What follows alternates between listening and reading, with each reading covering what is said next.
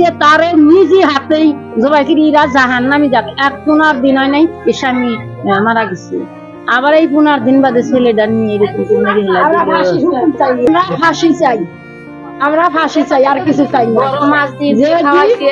ধরছে এই জন্য আমরা ফাঁসি চাই।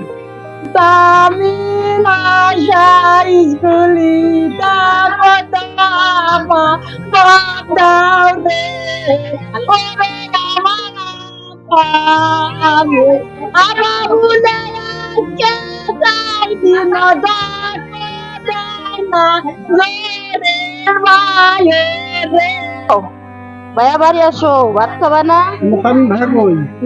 তামিন ভাইয়ের বাড়ি এসো, কাল করলে তামিন ভাইয়ের নিকে ডিম খাও। ফাঁসি চাই, ফাঁসি হলে আমার খুশি হবো, আমার ফাঁসি চাই।